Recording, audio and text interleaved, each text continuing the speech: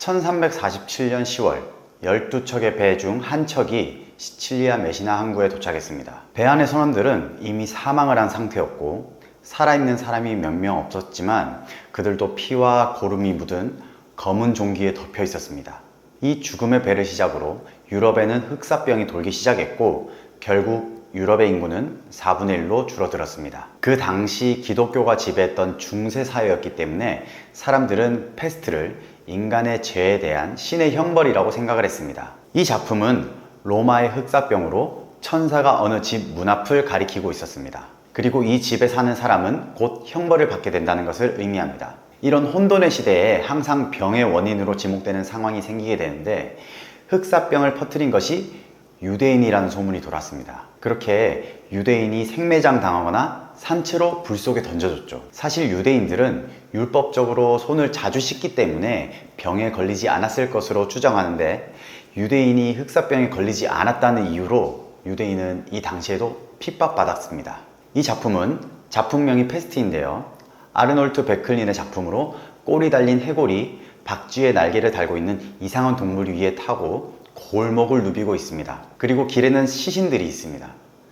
죽음의 신이 낫을 들고 사람들의 목숨을 닥치는 대로 거두는 것 같은 그림이죠. 이 그림은 베클린이 죽기 3년 전에 그리기 시작해서 완성하지 못한 작품입니다. 베클린은 죽음을 주제로 작품을 많이 그렸는데요. 베클린을 유명하게 만든 작품이 죽음의 섬입니다. 죽음이 생각나는 음울한 느낌이 인상적입니다.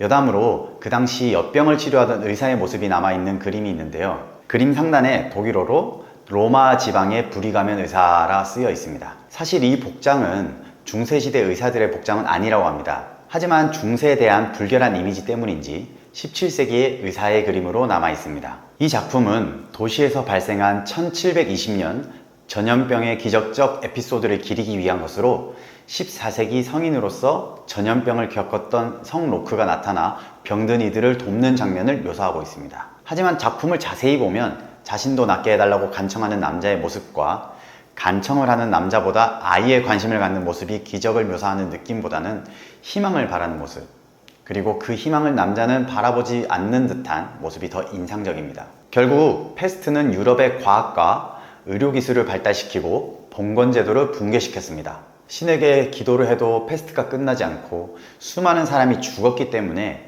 결국 종교에 대한 신뢰가 무너지는 계기가 되었습니다. 이번 시간에는 흑사병, 페스트에 관한 작품들과 역사에 대해 알아봤는데요.